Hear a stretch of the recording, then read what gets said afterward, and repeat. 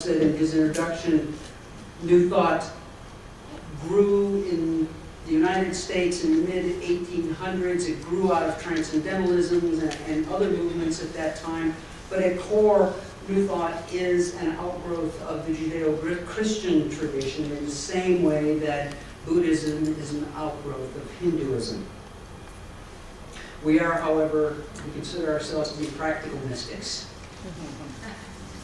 Practical mystics, seeing the writings of the Judeo-Christian Bible not as literal and inerrant truth, but as a wonderful metaphysical textbook for living a life in balance and harmony with one another and in unity with all of life.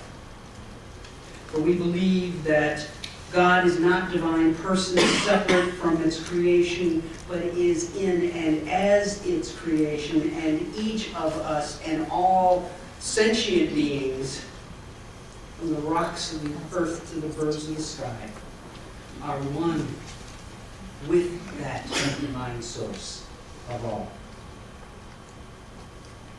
We believe that it was to this idea of our unity, and this idea of our unity in that one source, as that one source, in that one mind, as that one mind that God is, that Jesus was referring when he said, "As you have believed, so it is done unto you," for our thoughts are the use we make of that one mind.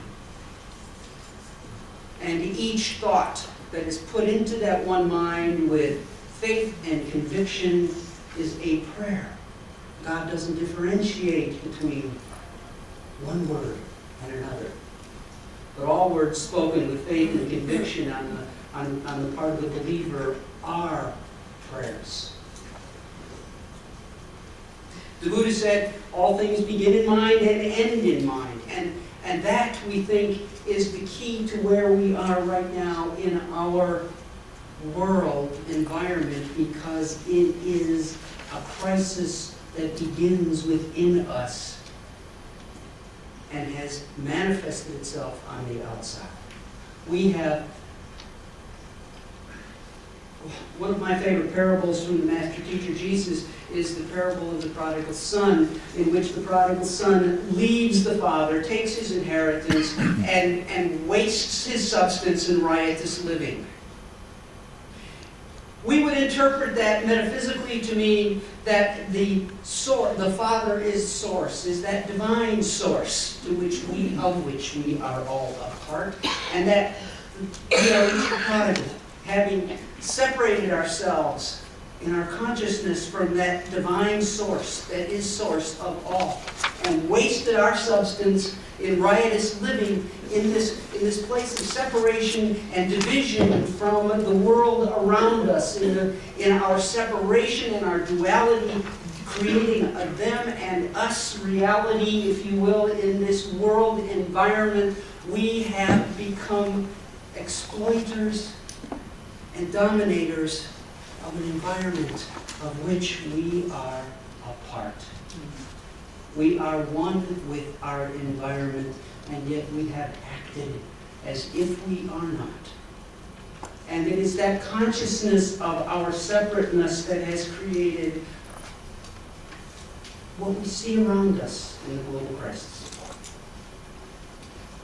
And so as we begin to shift our perception and know that we are truly one with it and one of it, that it is us and we are it, we begin to understand that as we shift our perception, as we know that truth, that we are one of, not separate from, our environment.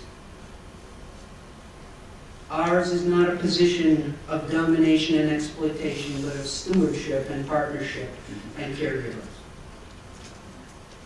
Ultimately, solving the problems of our environment is about each of us taking responsibility for being the living presence of God in our lives and living our unity with it. The crisis in the environment is not outside us, it's inside us. Peace on earth begins with peace with earth.